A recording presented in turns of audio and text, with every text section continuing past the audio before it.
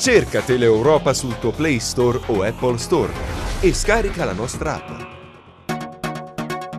False analisi su alimenti e ambiente, interdetto dai carabinieri del NAS un biologo di Roggiano Gravina. Siamo nel Cosentino, truffato anche il comune di San Donato di Ninea. I particolari nel nostro servizio.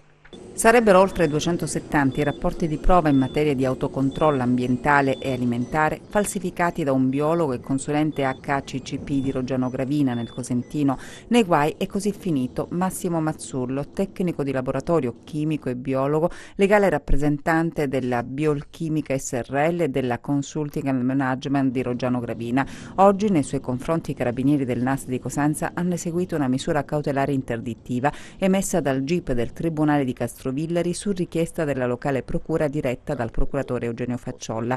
Dalle indagini è emerso che il giovane professionista avrebbe effettuato analisi farlocche e così nella filiera commerciale italiana, europea ed extraeuropea sarebbero stati immessi prodotti alimentari non sottoposti ai previsti controlli di legge e quindi potenzialmente nocivi per la salute. Veniva cioè falsificata, sempre secondo gli inquirenti, l'avvenuta esecuzione delle analisi di laboratorio con ricerca di agenti patogeni molto pericolosi come ad esempio aflatossine e salmonella. Sarebbero state così truffate numerose aziende del Cosentino come caseifici, pastifici, allevamenti zootecnici nella tenuta dei registri di autocontrollo. Il biologo avrebbe falsificato anche le analisi relative ai rifiuti e ai fanghi di depurazione e nell'elenco dei truffati risulta anche il comune di San Donato di Ninea che aveva affidato al giovane professionista proprio le analisi delle acque e dei fanghi di depurazione.